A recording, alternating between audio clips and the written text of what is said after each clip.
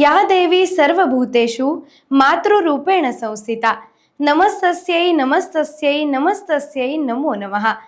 मातृदेवतांचा उत्सव असलेल्या नवरात्रोत्सवात सध्या सर्वत्र स्त्री शक्तीचा जागर होताना दिसतोय। आज आपण आलो आहोत रत्नागिरीतील जागृत देवता श्री देवी जुगाईच्या चरणी।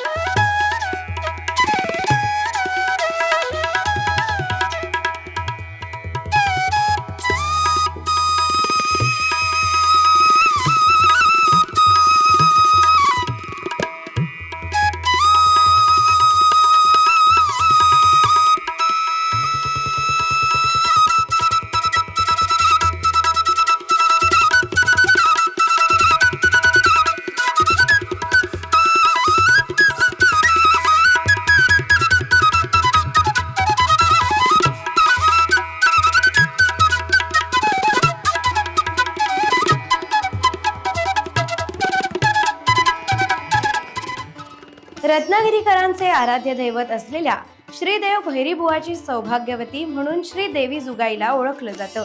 जुगाईची मूर्ती चतुर्भुज आहे।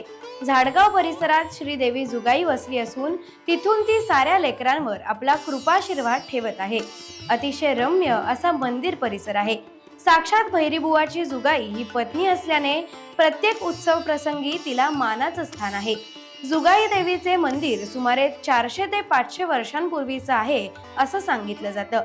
श्रीदेव भैरी आणि जुगाई ही रत्नागिरीकरांची आराध्य दैवत असल्याने रत्नागिरीकरांच्या मनात या देवतांविषयी अनन्यसाधारण महत्त्व आहे। भैरी जुगाईचा शिमगोत्सव हा साऱ्या कोकणात प्रसिद्ध आहे।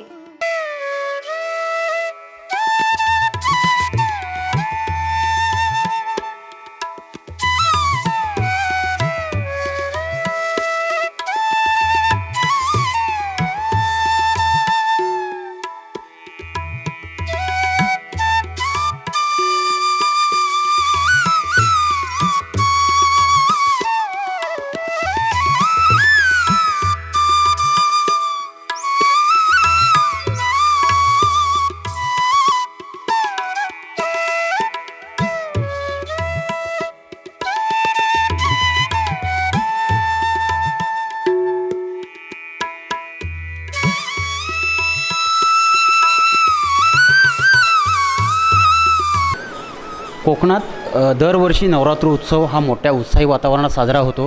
विशेषतः रत्नागिरी जिल्ह्यात हा उत्सव अत्यंत भक्तिमय वातावरणात पार पडत असतो।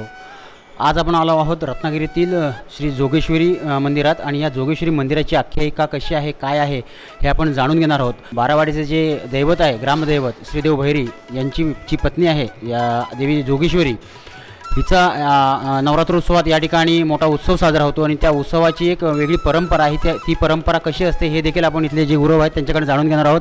आता आपण आपल्या मागे पाहतोय की देवीची भोजनाची वेळ झाली। नैवेद्य देवीला दाखवला जातोय। देवीचं नैवेद्य दाखवून झालेलं आहे आणि नैवेद्य दाखवल्यानंतर हे देवीचा जो पडदा आहे हा उघडला जातो आणि पुन्हा देवी दर्शनासाठी भाविकांसाठी खुली केली जाते.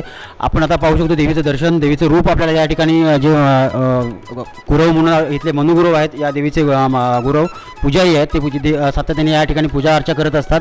त्यांच्या हस्ते या ठिकाणी ते नैवेद्य वगैरे दाखवल्यानंतर हा पडदा उघडला जातो आणि पुन्हा एकदा देवी ही दर्शनासाठी भाविकांना खुली होते. तर गौरवसाहेब, जरा आपण देवीचं दर्शन आपल्या भाविकांसाठी दिलं तर खूप बरं होईल. ही आहे देवी जोगेश्वरी आणि तमाम रत्नागिरींचं कुलदैवत म्हणून अशी ओळख आहे. काय नेमकी ख्याती आणि काय सांगायला याबद्दल माहिती? रत्नागिरीचं कुलदैवत म्हणून बारावाड्याची जोगेश्वरी देवी आहे आणि ही गावदेवी म्हणून प्रसिद्ध आहे. आणि रत्नागिरीचं जे ग्रामदैवत आहे कालभैरव, कालभैरवाची पत्नी आहे. भगवती देवी ही कालभैरवाची बहीण आहे. आणि ही रत्नागिरीची कुलस्वामिनी जी भैरी देवाची आपल्या पत्नी जोगेश्वरी आहे, ही रत्नागिरीची कुलस्वामिनी म्हणून ओळखली जाते. रत्नागिरीमध्ये ग्रामदेवतेच्या नावाखाली आधिपत्याखाली 12 वाड्या आहेत आणि त्या 12 वाड्याची जे संपूर्ण गाव आहे आणि हे गाव जो वसलेला आहे आणि त्यांची ही सर्वांची कुलस्वामिनी आहे. आणि 12 वाड्यातले जे ग्रामस्थ मानकरी वगैरे सगळे जी मंडळी आहे ती प्रथमच नवरात्र उत्सव सुरू झाला की हिची ओटी भरतात आणि मग भगवतीची ओटी भरली जाते. अशी इथली ही या गावाची परंपरा आहे.